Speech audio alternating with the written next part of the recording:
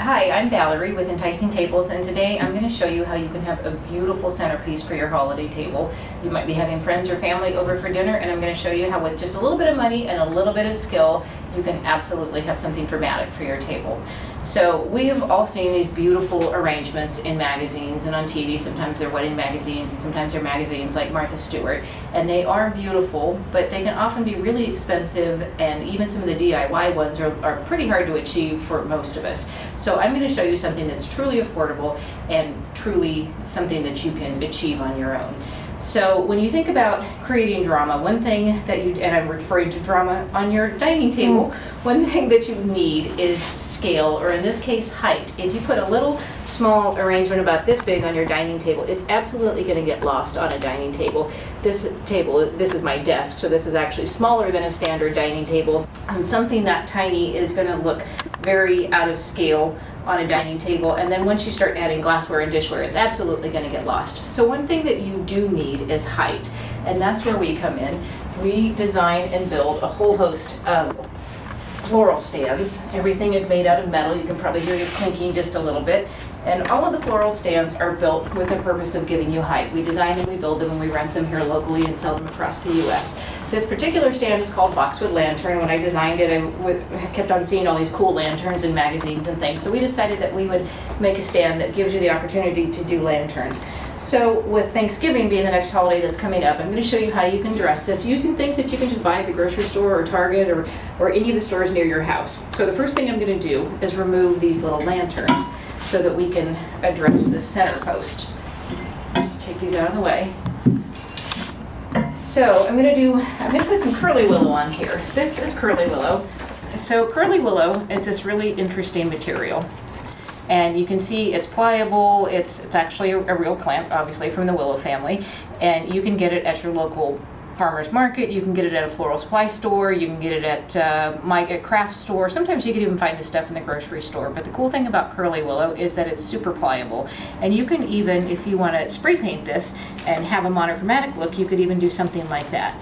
So the first thing that we're going to do is cover this center post because it's a little bit stark just there on its own. So all we're going to do, and this is where it helps to have an extra set of hands, I'm just going to take some of this curly willow and I'm going to basically start wrapping it around the center post. And this is really easy, as you can see, but it is super nice to have an extra set of hands.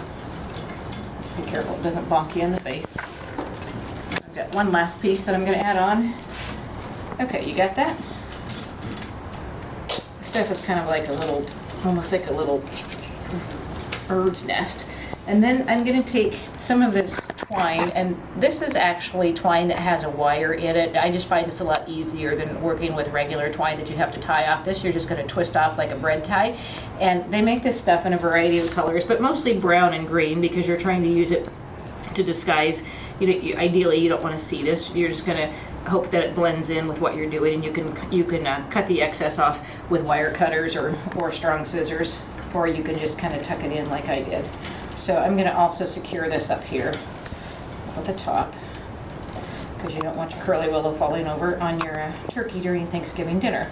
So see, we did two things. We disguised that center post where it's not so obvious, and also we created more drama and more height. So easy peasy, you with me so far? So now what are we going to do with these little lanterns?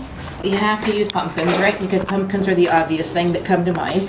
So I want to take a little bit of this moss. I think this is Spanish moss. There's a whole variety of mosses out there. I just like this one because it's green and I wanted a pop of color. The other thing I like about this moss is that it's real organic looking. It just kind of hangs over. So all I'm going to do is take my little pumpkin. I'm going to stick it in here, create like a little nest, and then I'm going to hang this up.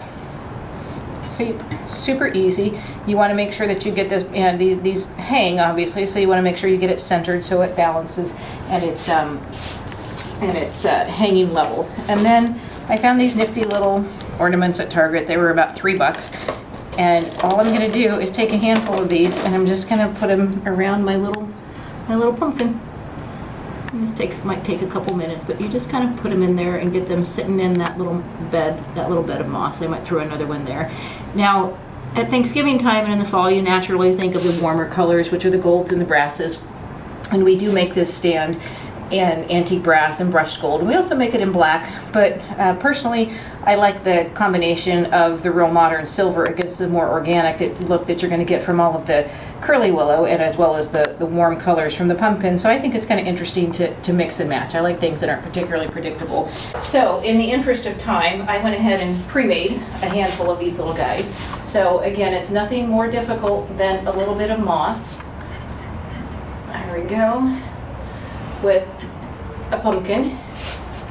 And again, because I like things that aren't particularly predictable, I had to have one white pumpkin. I found him at the grocery store. All right, I'm just gonna hang that on there like that. And then one more. And you already have something that I have to believe is more dramatic than what you originally planned on for your Thanksgiving dinner. And now I'm going to show you how to cover this. You don't have to, but it's just kind of nice to finish it off. I'm going to just take more of this moss. I'm just going to kind of position it around here.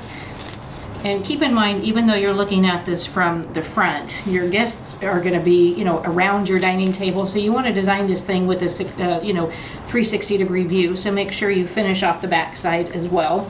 So I'm just going to tuck some of this moss in here. And then just more doodads that I found at the craft store. These were actually in a bowl on my coffee table. So anything that fits with this color scheme will work. These are seed pods, and I just tuck some of those in. The toothpick just happened to already be in them. This one didn't have a toothpick in it, no big deal. So I'm just tucking these guys in, and then of course I might throw in a little pumpkin over here. There we go, just to make it visually interesting. I thought this was just, I love cool geometric stuff, so I just thought this was neat. I think I found it at Target, or like a walking commercial for Target today, but I did get almost everything here at Target or the grocery store. So I'm going to throw in a couple little ornaments. It's kind of hard to do this from behind, but you get the gist of what I'm attempting to do. And then I like, again, just something that's unpredictable. So this one little pop of color there. So I think that took us about 5 minutes to do this whole thing. I hope you like it. If you have any questions, feel free to visit our website, which is enticingtables.com. Hit the email link and let us know if you have any questions or comments. Thanks for watching.